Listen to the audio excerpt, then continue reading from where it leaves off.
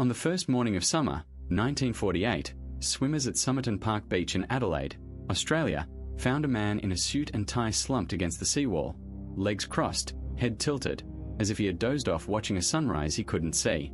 He was dead, he carried no identification, and every label had been carefully cut out of his clothes. It would take 74 years to learn his name. It may take forever to learn what killed him. Rewind to the evening before, Tuesday, November 30th. Around 7 o'clock, a couple strolling the esplanade noticed a man lying on the sand near the steps, his back against the seawall. As they watched, he raised his right arm and let it fall. They assumed he was drunk. An hour later, another couple saw him from the road above. He hadn't moved. Mosquitoes were swarming, and one of them joked that he must be dead to the world not to notice. They walked on. Nobody wants to disturb a sleeping stranger on a warm night. At dawn on December 1st, men heading down for an early swim realized the stranger was never going to wake up. He was cold, in exactly the same position, and a half-smoked cigarette rested on his collar, as if it had slipped from his lips mid-draw. Doctors would estimate he had died around 2 in the morning, alone in the dark, a few steps from the water. Police found a man in his mid-40s, about 5'11", in remarkable physical condition, broad shoulders, narrow waist, and strangely pronounced calf muscles, high and tight like a dancer's or a sprinter's. He was dressed for a city street, not a beach. White shirt, red and blue tie, brown trousers, a knitted pullover and a grey-brown double-breasted coat on a warm Australian night. No hat, which in 1948 was an oddity all by itself. No wallet. No cash. In his pockets, an unused rail ticket to Henley Beach, a used bus ticket, an aluminium comb, chewing gum, matches, and a cigarette packet of one brand with a different brand inside. The coat's stitching suggested it had been tailored in America, and every manufacturer's label in his clothing had been sliced away. The autopsy deepened the mystery instead of solving it. His heart was sound, but his organs were engorged with blood, his spleen was swollen to 3 times its normal size, and there was blood mixed with the remains of his last meal, a pasty, eaten a few hours before he died. The pathologist was blunt. He was not satisfied this was a natural death. Everything pointed to poison. Yet every test came back empty. Experts later floated substances like digitalis, poisons that stop a heart and then fade from the tissues. Nothing was ever proven. That verdict, poisoning suspected, cause of death unknown, has never been overturned. Not in 1949, and not today. Then came the strangest part. Nobody was missing. The body was photographed, fingerprinted, and circulated across Australia, then across the English-speaking world. Scotland Yard checked. The FBI checked. Nothing. A parade of visitors filed through the Adelaide morgue swearing they knew him. A missing stable hand, a woodcutter, a sailor. Every identification collapsed. Here was a well-fed, well-dressed, athletic man in the prime of life, and not one person on earth appeared to be looking for him. In January 1949, detectives found a piece of his shadow at Adelaide railway station, a brown suitcase, checked into the cloakroom on the morning of November 30th and never collected. Inside were clothes, slippers, a dressing gown, a stenciling brush, a table knife ground down into a short blade, and a card of orange wax thread, an unusual brand not sold in Australia. Thread from that same card had been used to repair a pocket on the dead man's trousers. The suitcase was his. Its labels had been removed too. 3 items carried faint markings: T. Keen, Keen, Keen, but a worldwide search turned up no missing man by that name. Some investigators suspected those tags survived precisely because they weren't his. Then, in April 1949, an expert re-examining the clothing found what everyone had. Missed, a tiny fob pocket sewn deep in the trouser waistband. Inside it, rolled up tight, was a scrap of paper carrying 2 printed words, Tamam Shud. The words are Persian. They are the closing line of the Rubaiyat of Omar Khayyam, a cycle of 11th century verses about drinking your wine, seizing your day, and meeting death without regret. Tamam Shud means, it is ended. It is finished. The scrap had been torn from a real book, and after a public appeal, the book surfaced. A local man came forward, his identity suppressed to this day, saying he had found a rare first edition copy of the Rubaiyat tossed on the backseat of his unlocked car, parked near the beach at Glenelg around the time of the death. Its final page was torn. Under the microscope, the scrap matched. Same page, same rare printing. Honesty requires a flag here. Parts of this story have always been fuzzy. The exact date, even the exact circumstances of the find, were reported inconsistently, and researchers still argue about them. But the book itself held 2 bombshells. On the back cover, in faint pencil impressions, someone had written 5 lines of capital letters, 1 line crossed out. WRGOABABD, it begins.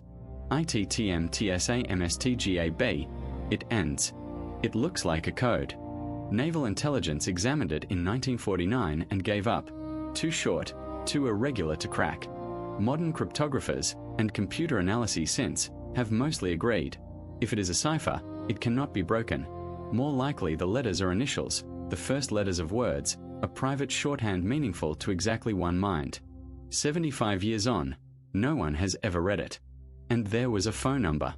It belonged to a nurse, Jessica Thompson, Jo, to her friends, living on Moseley Street in Glenelg, a few minutes' walk from where the body sat against the seawall. When detectives called on her in 1949, she said she had no idea who the dead man was. But she admitted something remarkable. During the war, in Sydney, she had given a copy of the Rubaiyat to an army lieutenant named Alf Boxall, signing it with her nickname, Jeston. For a heady moment, police thought the case was over. Surely the dead man was Boxall. Then they found Boxall in Sydney, alive, and he produced his Rubaiyat intact, final page still in place, Tamam Shud and all. The Thompson thread never resolved. The man who later cast the dead man's face in plaster insisted, for the rest of his life, that when Jo Thompson was shown the bust she stiffened and seemed ready to faint, that she knew that face. That is a recollection, decades old, and it is disputed. What is documented is this: police accepted her denial, her name was kept out of the public record for over 50 years, and she carried whatever she knew to her grave in 2007. Years later her daughter claimed on national television that her mother spoke Russian, had a secretive past, and once admitted she did know who the Somerton Man was, that it was known, quote, to a level higher than the police force. A claim, not a fact. But it poured petrol on a fire that was already burning. Because consider the timing. 1948. The Cold War is hardening. Australia and Britain are jointly running the Woomera rocket range, one of the most secret weapons facilities on the planet, a few hundred miles from that beach. Allied codebreakers are quietly unmasking Soviet agents. Into that world drops a fit, unidentifiable man with no labels, no name, an undetectable cause of death, and an unreadable string of letters in a book of Persian poetry. You can see why the spy theory refuses to die. But flag it honestly. No intelligence agency has ever claimed him, and no document has ever surfaced tying him to espionage. It is a theory. It has never been more than a theory. In June 1949, Adelaide gave up and buried him. The Salvation Army said the prayers.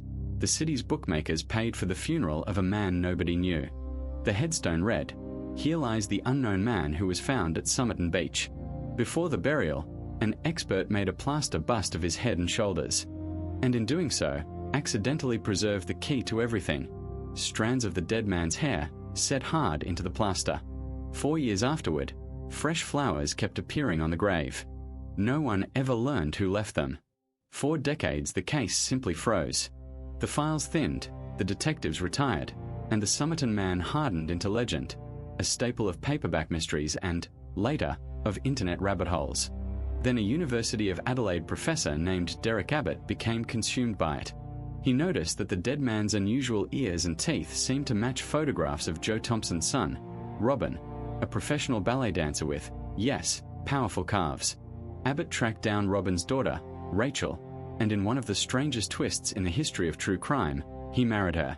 The Somerton Man's chief investigator wed the woman who might have been the Somerton Man's granddaughter. For years Abbott pried at the case from every angle, lobbying to exhume the body, setting engineering students loose on the code with statistical tools, chasing the chemistry of vanishing poisons. Nothing broke. She wasn't. In May 2021, South Australia Police exhumed the body under an operation fittingly named Persevere. In parallel, Abbott and the American forensic genealogist Colleen Fitzpatrick coaxed DNA from the hairs trapped in that 1949 plaster bust, rootless hairs, long considered useless, and grew a tree of thousands of relatives, branch by branch, until the branches converged. In July 2022, they announced a name, Carl Webb, Charles, to those who knew him. Born November 16, 1905, in Footscray, Melbourne, the youngest of 6, an electrical engineer and instrument maker. Police testing proceeded cautiously in the months that followed, but the identification has been broadly accepted. After 74 years, the unknown man was unknown no more. And the truth, as far as we can glimpse it, looks less like espionage and more like heartbreak. Webb married Dorothy Robertson in 1941. The marriage curdled. Around 1947, she left him and moved to South Australia, to a small farming town a couple of hours north of Adelaide. In 1951, she filed for divorce on the grounds of desertion, telling the court she could not locate her husband. She didn't know he had been in the ground, barely 2 hours from her door, almost from the moment he vanished.